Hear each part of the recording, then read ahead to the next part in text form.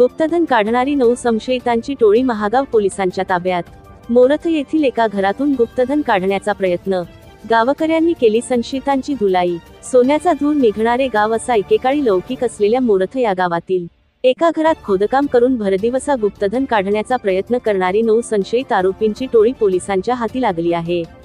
मोरथ येथील गावकऱ्यांनी गुप्तधन काढणाऱ्या या संशयितांना येथेच चोप दिल्यानंतर पसार होऊ पाहणाऱ्या या भामट्यांच्या 2 मोटर कार पोलिसांनी सवना गावाजवळ अडवून त्यांच्या मुसक्या आवळल्या. आज शुक्रवारी दुपारी 3 वाजताच्या सुमारास घडलेल्या या थरारक घटनाक्रमाने महागाव तालुक्यात मोठी खळबळ उडाली आहे.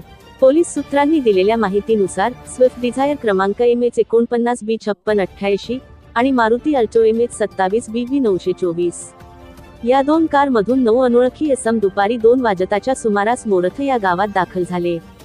ही अनोळखी टोळी स्वप्नील चक्करवार नामक व्यक्तीच्या बंद घराचा दरवाजा उघडून आत दाखल झाली. या संशयितांनी घरात खड्डा खोदायला सुरुवात केली होती. मोरथ येथे या घटनेची लगेच वार्ता पसरली व गावकरी घराबाहेर गोळा झाले. संशयितांवर गावकऱ्यांनी प्रश्नांची सरबत्ती केली, परंतु त्यांनी उडवाउडवीची उत्तरे दिली आणि गावकऱ्यांनाच धाकदपट केली. संशयितांची ही टोळी घरात खोदकाम करून गुप्तधन शोधत असल्याचा सुगावा लागताच गावकऱ्यांनी त्यांची चांगलीच धुलाई केली. त्यानंतर या टोळीने वाहनांसह पळ काढला. गावकऱ्यांनी लगेच या घटनेची माहिती फोनवरून महागाव पोलिसांना दिली. घटनेचे गांभीर्य ओळखून सहाय्यक पोलीस निरीक्षक मिलिंद सरकटे यांनी पोलीस तताफा सोबत घेऊन वाहनांचा पाठलाग केला.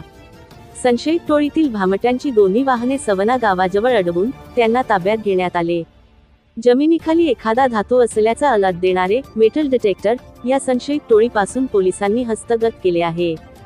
सायंकाळी उशिरापर्यंत या भामट्यांची पोलीस स्टेशनमध्ये झाडाझडती घेण्यात येत होती.